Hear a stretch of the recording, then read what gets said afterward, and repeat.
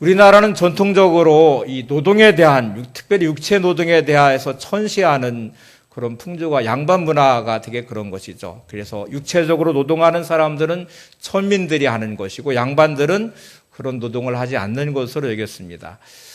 우리 조선 말의 선교 역사를 보면은 이렇게 선교사들이 선교할 때 재밌는 에피소드들이 있는데 그 중에 하나가 알렌 선교사 같은 분들은 왕실을 출입하면서 이렇게 왕실 주치의가 되었잖아요. 그래서 왕실에 전도도 하고 그랬는데 선교사 두 분이 공터에다가 테니스장을 만들어 놓고 테니스를 쳤다고 합니다.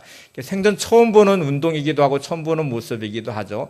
양반들이 특별히 벼슬아치들이 지나다니면서 이 광경을 지켜보는데 혀를 차고 좀 안쓰러운 모습으로 이렇게 말을 했습니다. 선교사님들 왜 그렇게 땀을 뻘뻘 흘리면서 그렇게 하고 있습니까? 그거 아래 것들 시키시죠. 테니스 치는 이거를 마치 육체 노동으로 생각을 하고 그거를 아래 것들, 천한 것들에게 시키고 양반은 그런 거 하지 않는 사람이다. 이렇게 인식을 해왔다는 것이죠. 그런데 우리가 성경을 보면 언뜻, 성경의 노동은 하나님께 죄를 지은 형벌의 대가다. 이렇게 인식을 할 소지가 있습니다. 여지가 있는데 창세기 3장 말씀이 이제 그 말씀이에요. 창세기 3장 17절에 19절 말씀을 한번 보세요. 같이 보겠습니다. 아담에게 이르시되 내가 내 아내의 말을 듣고 내가 너더러 먹지 말라 한 나무의 열매를 먹었은즉 땅은 너로 말미암아 저주를 받고 너는 내 평생에 수고하여야 그 소산을 먹으리라. 땅이 내게 가시덤불과 엉겅퀴를 낼 것이라. 내가 먹을 것은 밭의 채소인즉 내가 흙으로 돌아갈 때까지 얼굴에 땀을 흘려야 먹을 것을 먹으리니 내가 그것에서 취함을 입었음이라. 너는 흙이니 흙으로 돌아갈 것이라 하시니라.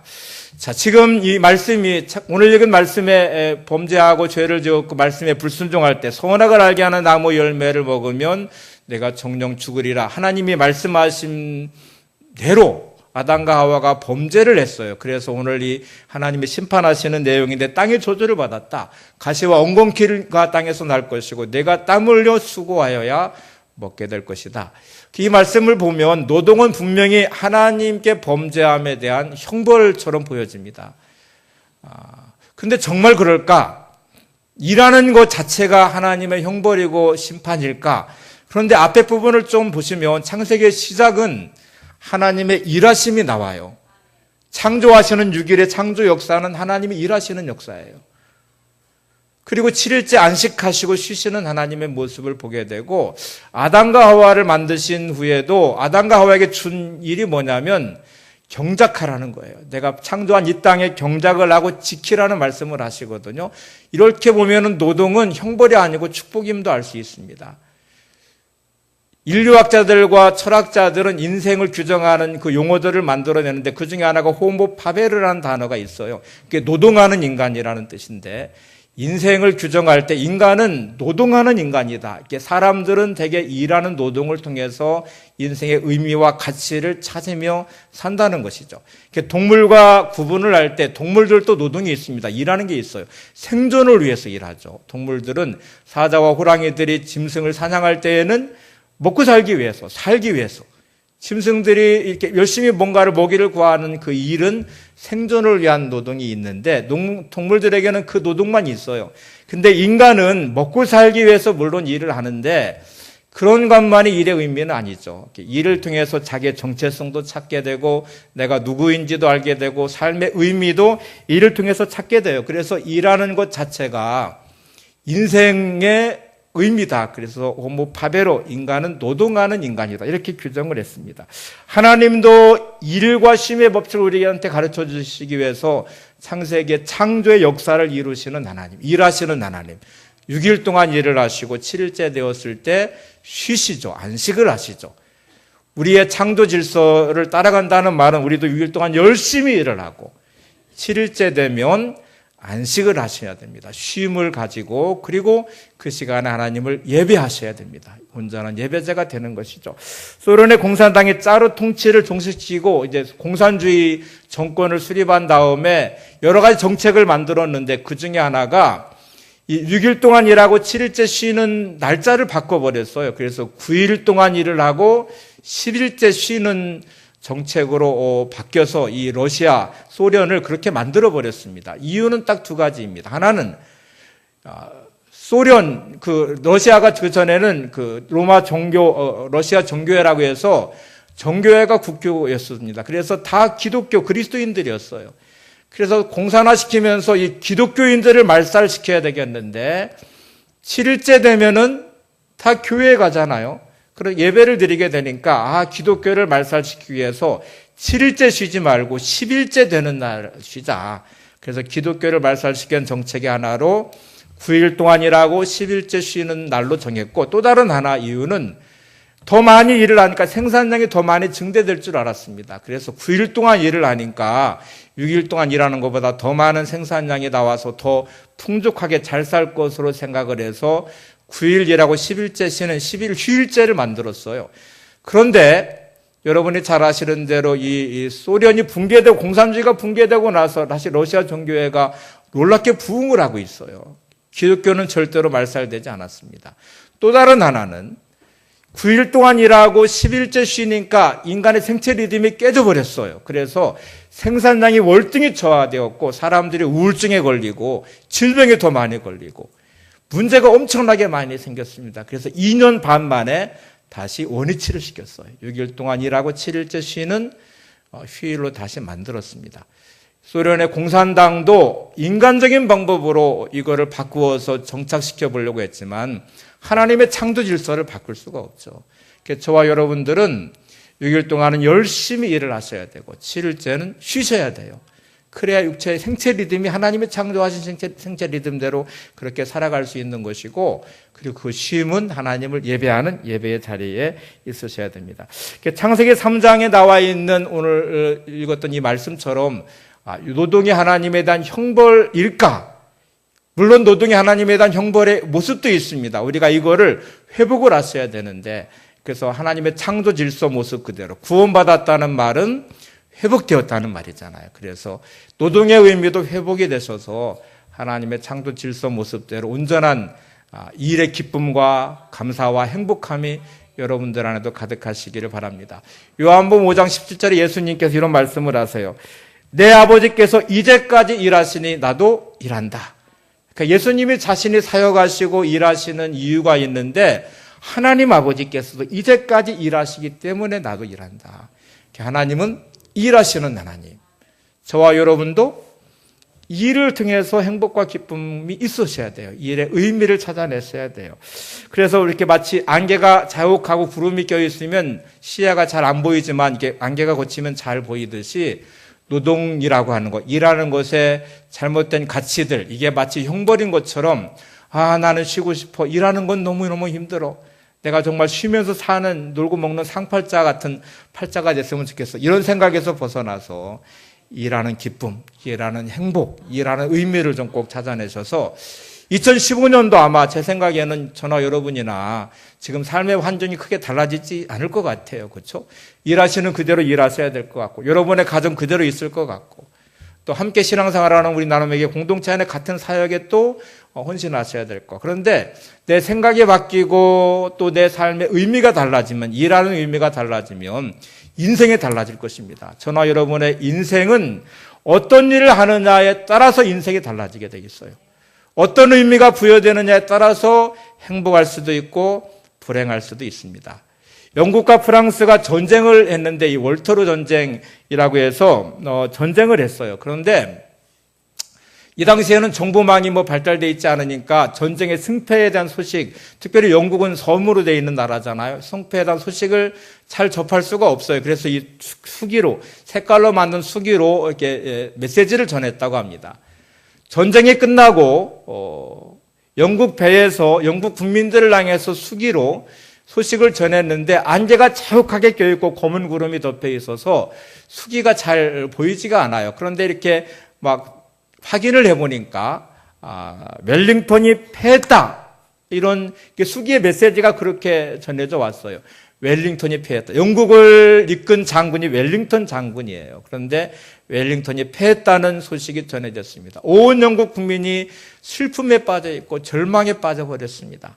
그런데 안개와 구름이 거치고 나서 다시 수기를 확인해 보니까 이렇게 돼 있어요.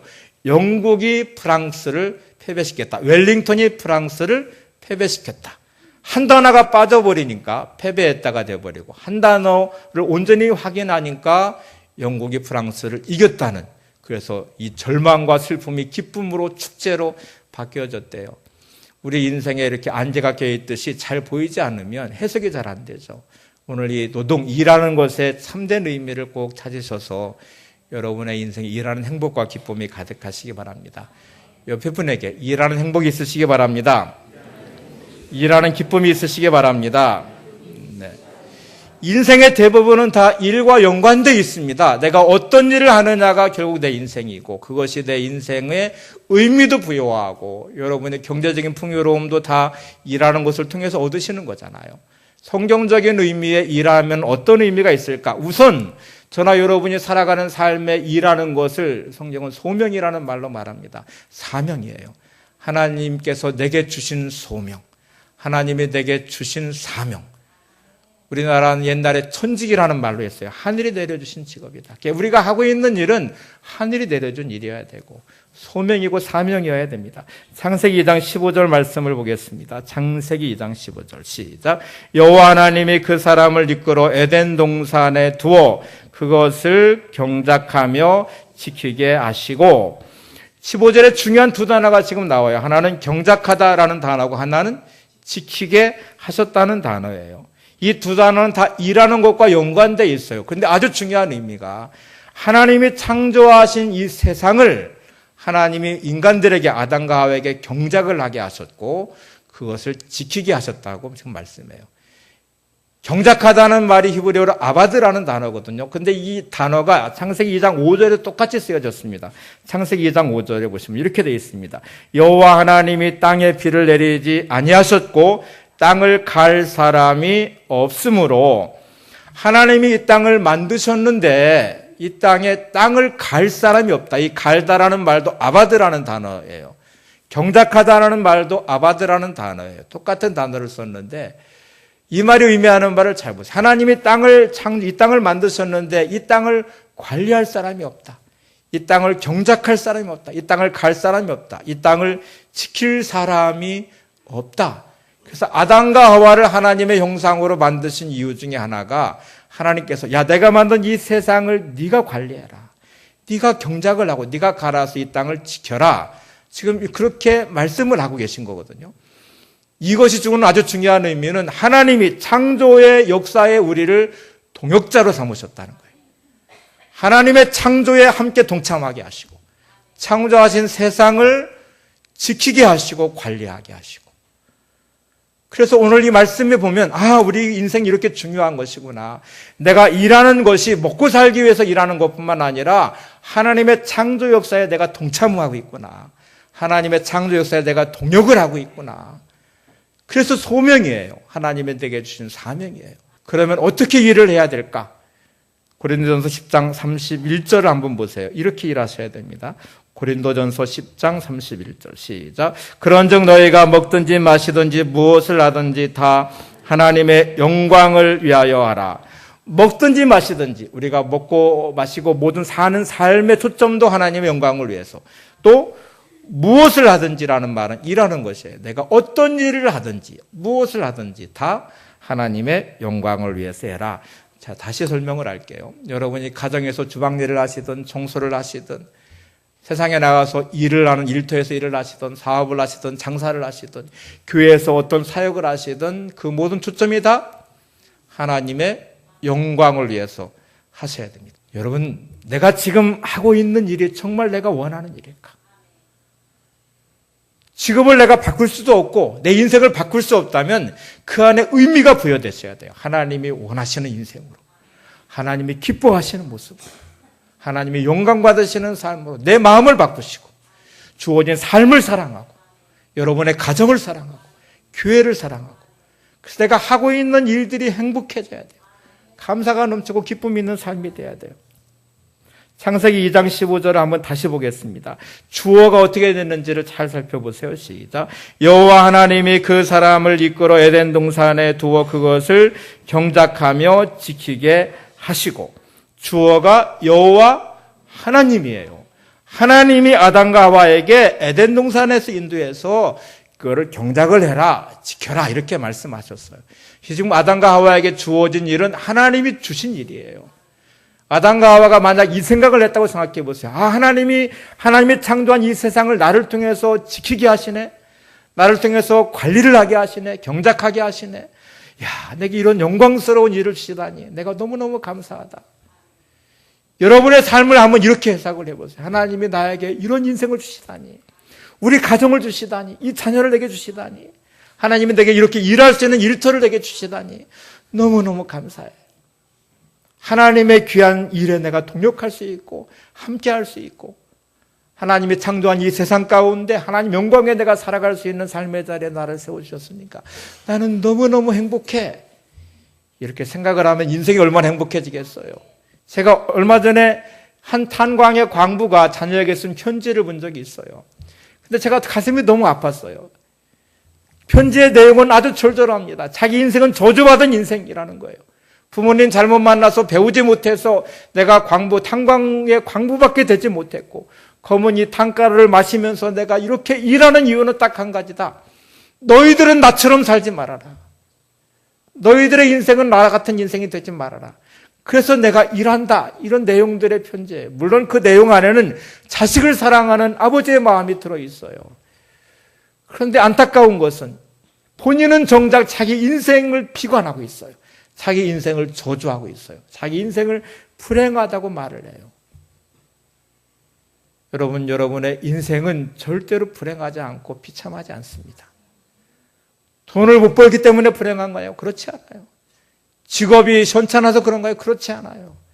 이 땅에 그 어떤 것도 귀하고 천한 것이 없습니다. 여러분의 인생은 다 고유한 인생이고 하나님이 주신 너무너무 소중한 인생이에요. 그 인생을 온전히 살아내셔야 됩니다. 살아내려면 내게 주어진 내 인생을 사랑하셔야 돼요. 내게 주어진 가정을 사랑하셔야 돼요. 내가 일하는 일을 소중히 여기시고 사랑하셔야 돼요. 부지런하셔야 돼요. 대충대충 하지 마셔야 돼요. 잠언서 말씀처럼 계명에게서 배우라는 말을 하잖아요. 열심히 최선을 다해서 내게 주어진 일을 사랑하면서 최선을 다해 일하셔야 돼요. 그리고 제일 중요한 것은 여러분이 일하는 일터가 행복하셔야 됩니다. 하나님이 우리 인간을 만드시고 복을 주시는 장면이 창세기 1장 28절 말씀에 한번 보세요. 이 말씀에 보면 이렇게 되어 있습니다. 시작. 하나님이 그들에게 복을 주시며 그들에게 이르시되 생육하고 번성하여 땅에 충만하라. 땅을 정복하라. 바다의 고기와 하늘의 새와 땅에 움직이는 모든 생물을 다스리라 하시니라. 하나님이 우리 인간을 만드시고 복을 주셨습니다. 복 주신 내용을 보니까 생육하고 번성하라 하는 말씀입니다. 그 다음에 또 무슨 말씀이 있어요? 땅에 충만하라. 땅을 정복하라. 바다의 물고기와 하늘의 새와 땅에 움직이는 모든 생물을 다스리라. 정복하라, 다스리라. 이게 다 일하라는 말이고 노동하라는 말이에요. 그러니까 생육하고 번성하는 이 자녀를 키우는 복도 있는 것처럼 일하는 복도 있다는 거예요. 열심히 일하는 그 일에 복이 있다. 그거를 너희들이 누리면서 살아가라. 정복하라고 다스리란 이 말이 무슨 권세를 가지고 세상을 지배하라 그런 말이 아니에요. 하나님이 창조하신 세상을 잘 관리하라는 말이에요. 하나님과 함께 동역하면서 주어진 일을 잘 감당하라는 말이에요. 그런데 이 노동은 여러분이 노동의 대가로 돈을 벌게 되죠. 그리고 그것이 내 인생과 가정을 풍요롭게 할 것입니다. 에베소서 말씀을 한번 보세요. 에베소 4장 28절입니다. 시작. 가난한 자에게 구제할 수 있도록 자기 손으로 수고하여 선한 일을 하라. 자기 손으로 수고해서 선한 일을 하는 이유가 뭐라고 했어요? 가난한 자에게 구제할 수 있도록 하기 위해서. 여러분이 목적을 바꾸셔야 돼요. 하나님, 내가 열심히 수고해서 일하는 이 일터에서 소득의 열매가 풍성해지기를 제가 원합니다. 그래서 그 풍성해짐으로 내 인생도 풍요로워지고 우리 가정도 풍요로워지지만 우리 이웃들과 함께 나누는 삶을 제가 살고 싶습니다. 사업을 하실 때는 돈 많이 벌어서 우리 집만 잘 먹고 잘 살아야지, 그렇게 의미만 부여하지 마시고 우리 사업의 지형이 넓혀지면 일터들이 만들어질 거 아니겠어요? 그러면 사람들을 고용하게 되면 사람들을 먹고 살 수 있게 하는 일터를 내가 만들어가는 거잖아요. 그런 의미와 목적도 가지시면 얼마나 좋아요. 하나님, 내가 일하는 일터의 지경이 넓혀져서 많은 사람들 이곳을 통해서 생활할 수 있는 풍요로움을 함께 누리기를 원합니다. 하나님이 정말 기뻐하실 거예요. 내가 번 이 물질의 소득을 통해서 어려운 이웃들에게 나눠지고 함께 이 열매를 나누고 싶습니다. 이런 목적으로 내가 기도하면서 열심히 일을 하시면 하나님이 얼마나 기뻐하시겠어요. 이거를 통해 내가 또 선교하는 일에 쓰여지면 또 얼마나 기쁘겠어요. 교회 헌금을 잘 드려서 하나님의 교회가 확장되고 하나님 나라가 이루어지고 복음이 증거되고 이런 일에 쓰여지면 또 얼마나 좋겠어요. 저희 집에 물질에 쓰여지는 비율을 제가 가만히 보니까 아이들에게 쓰는 물질의 비용이 크죠. 아이들을 가르치는 비용이 크죠. 저희 가정은 헌금하는 비율이 커요. 아이들 교육하는 비중 못지않게 헌금 드리는 비중이 커요. 저에게는 헌금 드리는 기쁨이 있습니다. 헌금 드릴 때 얼마나 기쁜지 몰라요. 드릴 수 있다는 것이 기쁘고 감사함으로 드릴 수 있고, 이걸 드리면서 우리 나눔의 교회가 아름답게 세워지고 하나님 나라가 이루어지는 꿈을 꾸면서 또 기뻐요. 여러분의 기쁨이 이렇게 좀 찾아지시면 좋겠어요. 하나님, 내가 벌어서 그 열매와 소득을 통해 우리 가정이 풍요로워지고 싶습니다. 물질의 어려움 때문에 고통당하지 않고 싶습니다. 그러나 그것만이 내 일하는 목적이 아닙니다. 하나님, 내가 일하는 일을 통해 거둔 열매가 우리 어려운 이웃들에게 나눠주고 싶습니다. 사업하시는 분들은 지경이 넓혀지면서 많은 사람 이곳에 일하면서 그들도 이곳에서 풍요로움을, 하나님 주시는 복을 함께 누리고 싶습니다. 요셉이 일하는 그곳에서 하나님이 복 주셔서 그곳에 풍요로움이 있는 것처럼 우리의 삶에 그런 영적 자부심이 있어야 되죠. 또 선교하는 일에, 구제하는 일에, 하나님께 드리는 헌금을 통해서 교회가 세워지고 부흥하고 하나님 나라가 이루어진 일에 하나님 내 물질이 그렇게 영광스럽게 아름답게 쓰여지고 싶습니다. 이렇게 목적을 가지고 2015년의 시간을 보내시면 하나님이 여러분이 일하시는 일터를 얼마나 복주시겠어요? 얼마나 기뻐하시겠어요? 하나님이 영광 받으시기 위해서 여러분의 삶을 아름답게 세우시고 풍요롭게 할 것입니다. 마지막으로 여러분이 일하는 일터는 반드시 기쁨이 가득하시고 즐거움이 있고 행복하셔야 됩니다. 잠언 3장 22절 말씀을 보세요. 잠언 3장 22절 시작. 자기 일에 즐거워하는 것보다 더 나은 것이 없음을 보았나니 이는 그의 몫이기 때문이라. 여러분, 다시는 여러분의 인생을 비관하지 마시기 바랍니다. 내가 하고 있는 일들에 대해서 초조하지 마세요. 나는 마지못해 할 수 없이 그렇게 생각하지 마세요. 하나님이 다른 일을 원하실 때는 여러분에게 다른 길을 열어주실 것입니다. 그 전까지는 내가 하고 있는 일에 최선을 다하시면서 여러분의 일터가 행복하셔야 돼요. 감당하기 어려울 만큼 힘든 일이 있다면 건강 주시기 위해서 기도하셔야 돼요. 내 삶에 문제들이 많이 얽혀 있다면 이거를 풀어주시기 위해서 기도하셔야 돼요. 그러나 여러분의 있는 삶의 일터는 늘 기쁨이 가득한, 즐거움이 가득한 일터가 되셔야 돼요. 행복한 삶이 되셔야 돼요. 여러분, 구원은 회복의 의미가 담겨져 있습니다. 내가 구원받았다는 말은 노동의 의미의 회복도 있습니다.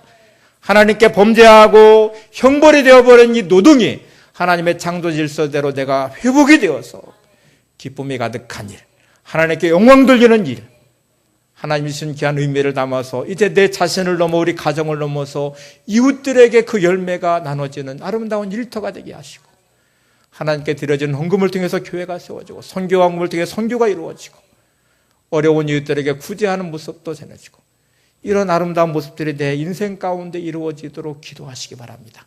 그리고 무엇보다 여러분의 인생이 즐거움의 일터가 되시고 하나님께 영광이 되는 삶의 자리가 되시기를 바랍니다. 2015년의 시간, 아니 남은 인생의 모든 삶의 자리는 다 하나님이 영광 받으시는 삶의 아름다운 일 모습, 또 여러분의 인생이 되시기를 바랍니다.